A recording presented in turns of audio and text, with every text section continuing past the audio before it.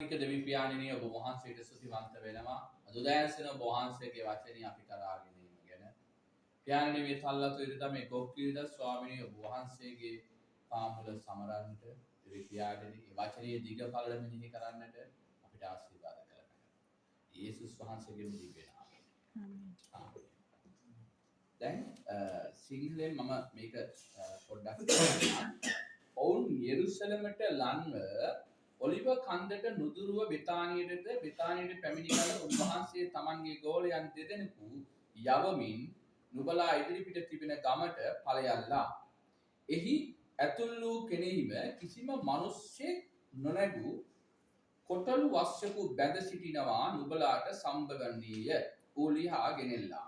නුබලා මේක කරන්නේ මක්නිසාද යමක් නුබලාට කියන්නේ නම් ස්වාමින් වහන්සේටගෙන් ඕනෑකමක් තිබේ.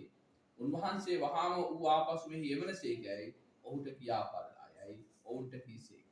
ඔහු ගොස් දොර ළඟ පිටත මාවත අසල බැඳ සිටි කොටලු වස්සකු දැක ඌ ලිංගෝය. එහි සිටියවුන්ගෙන් සමහරෙක් කතා කොට කොටලු වස්සා ලිහන්නේ මක්නිසාද ඔවුන්ගෙන් ඇසුවේ. යේසුස් වහන්සේ කී ලෙසම ඔහු ඔවුන්ට කිව්වෝය. එවිට ඔහු ඔවුන්ට යන්නට හැරියෝය. ඔහු කොටලු වස්සා යේසුස් වහන්සේ ළඟට ගෙනවි තමන්ගේ වස්ත්‍ර ඌ පිටලාවෝය. උන්වහන්සේ ඌ පිට හිඳගස්සේක. එවිට බොහෝ දෙනෙක් තමන්ගේ වස්ත්‍රද තවත් අය කෙත් වලින් කපාගත් අතුද මග අතුලෝය. පෙරටුවෙන්ද පස්සෙන්ද ගිය අය ඕසන්නා ස්වාමින් වහන්සේගේ නාමයෙන් එන තැනැත්තේ ආශිර්වාද ලද්දේ කියා පැමිණෙන්නා වූ අපේ පිය වූ දාවිද්ගේ රාජ්‍යයේ ආශිර්වාද ලද්දේ කියා ඉතා උස්තැන්හි හෝසන්නා කියා මොර ගැසුවෝය. උන්වහන්සේ යෙරුසලමට පැමිණ දේව මාලිගාව ඇතුළට අවට සියල්ල බලා සවස් වී තිබුණු බැවින් 12 දෙනා සමග බෙතානියට පිටත් ගියේය. බලන්න මේ අපි අහපු මේ වචනය සෙනෙහවන්ත එය කොච්චර ගැඹුරු අර්ථයක් තියෙනවා. මේ උදෑසන අපිට පේනවා දෙවියන් වහන්සේ කොයි වගේ කෙනෙක්ද. උන්වහන්සේ ගෝලෙන්ට කියනවා ඔයාලා ළඟ තියෙන ගමට යන්න. ඒකත් උන්වහන්සේ තනියම නෙමෙයි යවන්නේ. දෙදෙනෙක් යවන්නේ. යවනකොට උන්වහන්සේව කියනවා මිනිස්සෙක් ළඟ නැති බැඳලා ඉන්න කොටලුවෙක් ඉන්නවා. මේ කොටලුවව දිහාගෙන අරගෙන යම් කෙනෙක් ඇහුවොත් කියන්න ස්වාමින් වහන්සේතුගෙන් වැඩක් තියෙනවා. ස්වාමින් වහන්සේතුගෙන් වැඩක් තියෙනවා. ඒ නිසා ගෙනියන්න. බලන්න මේ කතාව කොච්චර ලස්සනද කොච්චර ප්‍රායෝගිකද කියලා. ඒ වගේම කෙනෙක් අහනවා අයිතිකාරය අහනවා කොහෙටද ගෙනියන්නේ? ඒතකොට කියනවා අයිතිකාරය නිහඬයි. අරගෙන එනකොට බලන්න අපි දකින්න දේවල් ටික. කොටලුව අරන් එනකොට දේශීය වස්ත්‍ර වලින් සරසලා කොටලුවව සරසලා උන්වහන්සේ කොටලුව අපිට තියනවා රජෙක් ආවුඩ කරලා. නැත්නම් රජෙක් විදියට පළදලා ඒ කොටලුව පය ගහන පය තියෙන තැන දැන් අපි අද දකිනවා දළදා මාලිගාවේ යථා යනකොට පාවඩ ඉරනවා. මේ කොටලුව එනකොට ඇතාට වඩා කොච්චර අහිංසක සතෙක්ද කොටලුව. මේ කොටලුව එනකොට මිනිස්සු පාවඩ දාලා සරසලා මේ කොටලුව තියෙන අඩිය ගානේ සරසලා දේව මාලිගාවට මේ රජාව ආරම්භ. ප්‍රශංසා වේවා. ඔබේ මගේ ජීවිතේ අපිට මෙනෙහි කරන්න දෙයක් ජේසු ඉතුරු කරලා තියෙනවා. බලන්න ඒ ඉතිරි කිරීමට යන්නට කලින් අපි බලමු උන්වහන්සේගේ සැලැස්ම. දැන් මේ සිද්ධ වුණේ මාර්ක්තුමාගේ සුභාරංචිය, මතෙව්තුමාගේ සුභාරංචිය, යොහාන්තුමාගේ සුභාරංචිය සඳහා මේ කාරණාවද අපි දේව වචනේ ඉගෙන ගන්නකොට ටිකක් ගැඹුරින් ඉගෙන ගන්නවා. සෙනෙහවන්ත දුවේ පුතේ. මේක යෙසායා කතා කරලා කියනවා. මේක සෙකරියා කතා කරලා කියනවා. සෙකරියා 9:9 සෙකරියා 9 වෙනි පරිච්ඡේදයේ 9 වෙනි පදයේ කියපු කාරණාවම තමයි ඔයගොල්ලෝ කියවන්න. සෙකරියා 9:9 කියනවා මේ දේම කියනවා අවුරුදු 700කට කලින් දෙවියන් වහන්සේ සෙකරියාගේ මුඛයෙන් රජෙක් වෙනවා කොටලුවේ කරගෙන යනවා කොටලුවගේ පිටේදී මේක සෙකරියා කියනවා.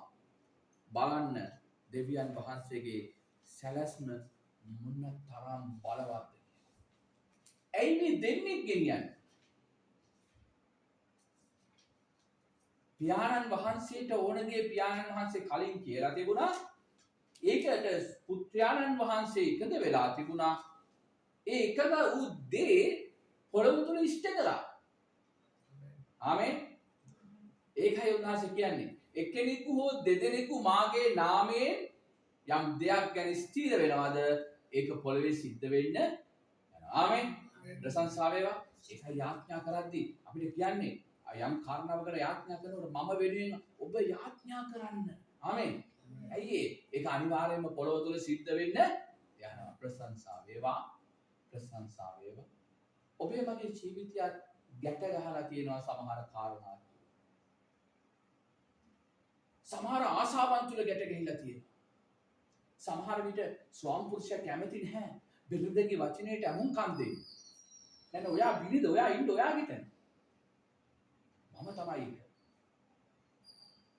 සමහර විට ලේලිලා කැමති නැහැ නැන්දම්මගේ වචනය නැන්දම්මගේ උපදේශ අමුම්කම් දෙන්න. නැන්දම්ම වයසයි. නැන්දම්ම කොහොමද මට උගන්වන්නේ? මම PhD අරන් තියෙන්නේ. මම ඊට වඩා බුද්ධිමත්. මේ වගේ අපි සමහර දේවල් වලින් ගැට ගැහිලා ඉන්නවා. සමහර ආසාවන් පස්සේ අපි ගැට ගැහිලා ඉන්නවා. ඒ ගැට ගැහිලා ඉන්නකොට අපිට දැනෙනවා සෙනෙහවන්තය අපි හරි පරිස්සම් වෙනවා. පෙරක් අය ෆෝන් එක පාවිච්චි කරද්දී ගෙදර ඉද්දී ෆෝන් එක සයිලන්ස් දාලා තියෙන්නේ. ඒකේ තියෙන්නේ මම කියනවා ඇහි නැත්තම් රින්ග් කරව අනිත් කෙනාගේ ඇස් මගේ පැත්තට එයි කියලා. සමහර අය පාස්වර්ඩ් දාලා තියෙනවා. තමන්ගේ ගේ ඇතුලේ අනිත් අය දන්නේ නැහැ පාස්වර්ඩ් එක. ඇයි ඒ? හොර හිත. මේ ගැට ගහගෙන ඉන්නේ අපේ දේවල් නේද? මේකෙන් මිදෙන්න. ජේසු මේකෙන් ගාවයාව ලියලා අරගෙන ආවා වගේ. කොටලුවාව ලියලා අරගෙන ආවා වගේ. අද දවසේ ඔබටත් මට ස්වාමීන් වහන්සේ මේ ගොම් කිරිද ආරාධනා කරනවා පුතේ. ඔබේ ජීවිතයේ ඒ ගැට ගැහිච්ච භයංකර දේවල්, විනාශකාර දේවල් වලින් මිදිලා ආමෙන්. බලන්න කොටලුවාට පාවඩ හෙලනකොට කොටලුවාට කටුස්සගේ කරේ රත්තරන් බැඳා වගේ ප්‍රීතියක් දැනෙන්න ඇති නේද? ඒ කොටලුවා හිංසක. ඔබේ මගේ ජීවිතයත් ජේසු මේ වගේම ලස්සන කරනවා පුතේ. ඔබ උන්වහන්සේ ගාව කීකරු වෙනකොට, ඔබ උන්වහන්සේ ගාව අහිංසක වෙනකොට, උන්වහන්සේ ඔබ මම යන මාවත අලංකාර කරනවා. ඔබේ මගේ මාවත තුල දුක නැහැ. වේදනාව නැහැ. ඔබේ මගේ මාවත තුල බාධාවන් නැහැ. බාධාවන් ඔබට මට එනවා. ඒවා බොහොම ශනිකව උන්වහන්සේ අයින් කරලා දානවා. ආමෙන්. උන්වහන්සේ තරම්ම ලස්සනට ඔබ මම පාය කවර මාර්ගයේ ලස්සන. අර අම්මා එනකොට කිව්ව කතාවක්. මම ඉස්සර වගේ නෙමෙයි මම දැන් ඒක වෙනස් කරා. මම මාස 3න් 3ට යන්න තීරණය කළා. එන්න තීරණය කළා. බලන්න දෙවියන් වහන්සේ මුන්නතරම් ලස්සනට යම්මගේ හදවත සරසලා තියෙනවා. ඒකට අවශ්‍ය දොරටු උන්වහන්සේ මොනතරම් අලංකාර ලෙස විවර කරලා තියෙනවා. ස්වාමීන් වහන්සේ ගාව අපි ගණ ගන්නකොට, ජේසු ළඟ අපි අහිංසක වෙනකොට, ජේසු ළඟ අපි කීකරු වෙනකොට අපි හිතන මාර්ගය යන්න අපිට බය වෙන්නේ. උන්වහන්සේ අපිව ලස්සනට මම අවුරුදු 4කට කලින් තීරණය කරනවා මම කවදාවත් දවසක කුරුණෑගල සේවය කරනවා. හැබැයි අවුරුදු 2කට කලින් මම තීරණය කරනවා නෑ මම කවදාවත් කුරුණෑගල යන්නේ නෑ. මොකද මම ඇන්ග්ලිකන් සභාව පසුබිමින් එළියට ආව නිසා.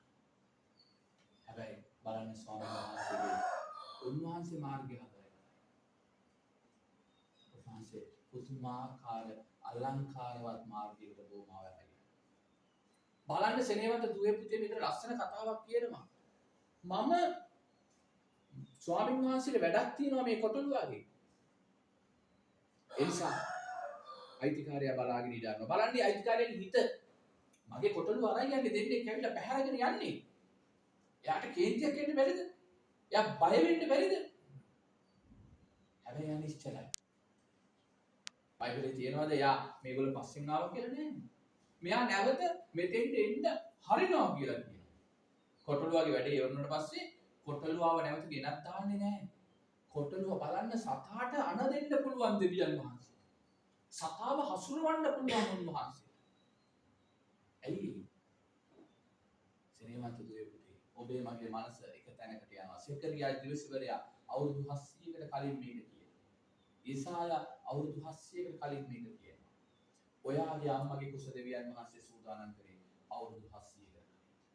ඒ අවුරුදු 700කට කලින් සූදානම් කරපු නිසා තමයි අම්මගේ කුසෙන් ඔයා එළියට ආවේ. ආමෙන්.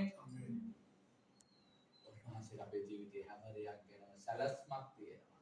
ඒකයි අර මිනිස්සයා නිශ්චල වුණේ. කලබල වුණේ යා. අයිතිකාරය වෙන්නටයි ඇයි? ඉහළින් උන්වහන්සේගේ පණිවිඩේ ආපු නිසා. බලන්න කොටලුව පිටේ යන්නේ දන්න මිනිස්සු ගාවට නෙවෙයි ජේසු. නොදන්න සෙනග ගාවට යන්නේ. ඒ මිනිස්සුන්ගේ හදවතට ඒ වෙලේ කොහොමද දැනුනේ? මේ ඉන්නේ අපේ රජතුමා කියලා. මේ දාවිද්ගේ වංශය කියලා. මෙයා තමයි අපේ රජු හෝසන්න කියලා කියන්න තරම් නොදන්න සෙනගක් රැස්ුණා සිනේවන්ත දුවේ පුතේ. පරිශවරු ගහන්න බලාගෙන ඉද්දී, සද්දිස්වරු ගහන්න බලාගෙන ඉද්දී, ලියන්නු ගහන්න බලාගෙන ඉද්දී, ඒ ගොල්ලන්ගේ ඉගැන්වීම් බසට රැවටිලි බසට අහු වෙලා හිටපු සෙනග එතන ඉද්දී ජේසුව පිළිගන්නවා. ජේසුව පිළිගන්නවා. ආමේන්. ජේසුව පිළිගන්නවා. ඇයි? දේව වචනේ කියනවා. බැටළුව මාගේ හඬ අද ඔයාලා උන්වහන්සේගේ හඬ හඳුනන නිසා තමයි දේව ගෘහයට එන්නේ. මේ අභිමුඛත්වයට එන්නේ. මේ නමස්කාරයට එන්නේ. මේ ලස්සන අනිත් දවසේ. මේ ගොක්කත් අරගෙන ඔයාලා නිකන් ගෙදරට යන්න එපා. මේ ගොක්කොලේ අරගෙන යන්නේ ඔයාලා ජේසුවයි අරගෙන යන්නේ. ඒ එදා සමාදානය මිනිස්සුන්ට දුන්නු ජේසුවයි අරන් යන්නේ. එදා රජෙක් වගේ ආපු ජේසුවයි ඔයාලා ගෙදරට අරන් යන්නේ. එහෙනම් ඒ රජා ඔයාලගේ ගෙදරට එන්න ඔයාලට තියෙන ආදරය නිසා. ඒ රජාගේ ගොක්කත් ඔයාලා අරන් යන්නේ ජේසුට තියෙන ආදරය නිසා. ජේසු ඔයාගේ ගෙදරට අරන් යන්න. මේ ගොක්කත් නෙමෙයි. මේ ගොක්කොලේ නෙමෙයි අරන් යන්නේ. ඔයාලා අරන් යන්නේ ජේසුවයි ඔයාගේ ළඟට. ආමේන්. ජේසු ඔයා ළඟට අරන් යනකොට ඔයාගේ හිතට කේන්ති එන්න බෑ. ඔයාගේ හිතට ඊර්ෂ්‍යාව වෙන්න බෑ. ඔයාගේ හිතට වනචර අදහස් වෙන්න බෑ. ඔයාගේ හිතට තණ්හාව වෙන්න බෑ. ඔයාගේ හිතට කොපෝපකාරී දේවල් කරන්න සිතුවිලි එන්න බෑ. ජේසු වෙයි. ජේසු තමයි ප්‍රේමය. ආමේන්. එහෙනම් ප්‍රේමියත් එක්කයි ඔයාලා ගෙදර අද ජීවත් වෙන්න යන්නේ. මේක නිකන් සංකේතයක් නෙමෙයි පිළිතුරේ. මේකත් එක්ක මහ විශාල ආදරයක් අරගෙන යන්න. එහෙනම් මහත්යයි බිරිඳයි රණ්ඩු වෙන්නේ නැහැ. අම්මයි තාත්තයි රණ්ඩු වෙන්නේ නැහැ. අම්මයි පුතයි රණ්ඩු වෙන්නේ නැහැ. තාත්තයි දුවයි රණ්ඩු වෙන්නේ නැහැ. ඇයි? ප්‍රේමිය තියෙනවා නම් එතන රණ්ඩුවක් නැහැ සිනේවන්ත දුවේ පුතේ. ආදරය තියෙනවා නම් ගෙදර සමගිය තියෙනවා. අර එක්තරා ලස්සන කතාවක් කියනවා. ගෙදරට යාළුවෝ 3 දෙනෙක් එන්න යනවා. ඒනකොට බිරිඳ විතරයි ගෙදර ඉන්නේ, යාළුවා නැහැ. හස්බන්ඩ් නැහැ. යාළුවෝ 3 දෙනාගේ නම තමයි කීර්තිය, ධනය, ආදරය. කීර්තිය, ධනය, ආදරය. ටිකක් වෙලා ඉන්නකොට බිරිඳගේ ස්වාමිපුරුෂය ඔබ අද වෙනෙහි කරා. අපිට ධනය ඕන පුතේ දුවේ. ධනයට අඩ ගැහුවොත් ධනය තියෙනවා නම් අපිට ඕන දෙයක් කරන්න පුළුවන්. අපි එහෙම හිතනවා. හැබැයි සල්ලි නිසා විනාශ වෙච්ච මිනිස්සු සමාජය ඕන තරම් වල දැකලා තියෙනවා. ප්‍රශංසා වේවා. බලයට ඕන දෙයක් කරන්න පුළුවන්. අද දේශපාලකයන්ට මොනවද කරන්න බැරි. හැබැයි අපි දකිනවා මේ දේශපාලකයෝ ඔක්කොම අර හිරගෙවල් වල වැටිලා ඉන්නවා. එහෙනම් බලය වැඩක් වෙන්නේ නැහැ. ස්වාමිපුරුෂයා එනවා ගෙදරට. භාර්යාව සමග සාකච්ඡා කරනවා. එන්න කියනවා කාටද? ප්‍රේමියට නැත්නම් ආදරයට. ඒ ආදරයයි ඔයාලගේ ගෙදරට එන්නේ. ආදරය තියෙනවා නම් ධනයත් එකතු වෙනවා පුතේ දුවේ. ආදරය තියෙනවා නම් බලයත් එකතු වෙනවා ගොඩ නැගෙනවා. ආමේන්. ඒ බලයත් එක්ක තමයි රජවරු බිහි වෙන්නේ. ඒ ආදරයත් එක්ක තමයි රජවරු ගොඩ නැගෙන්නේ. ආදරය ඇති තැන බලය ගොඩ නැගෙනවා. ආදරය ඇති තැන ධනය රැස් වෙනවා. ආමේන්. මේ දවසේ ඔයාලා මේ ගොක්කන් අරගෙන යන්නේ. මේ ගොක් කිරිදා දවසේ සමරන්නේ. නිකන් නෙමෙයි. පෞද්ගලික ගැලවුම්කාරයා, මගේ ජීවිතයේ සදානීය සදාදරණීය ප්‍රේමවන්තයා, මගේ ජීවිතයේ ආදරණීය මනමාලයා, ස්වාමි පුරුෂයා මගේ ජීවිතයේ ආදරණීය තාත්තා ඒ ජේසුවයි මම අරන් යන්නේ. ප්‍රශංසා වේවා. ඉතින් එසේ වූ ලස්සන ජීවිතයක් ආරම්භ කරන්න. දෙවියන් වහන්සේගේ ආශිර්වාදය ඔබට මට ලැබේවා. අපි යාඥා කරමු. දිව්‍ය ස්වාමිනී ඔබ වහන්සේගේ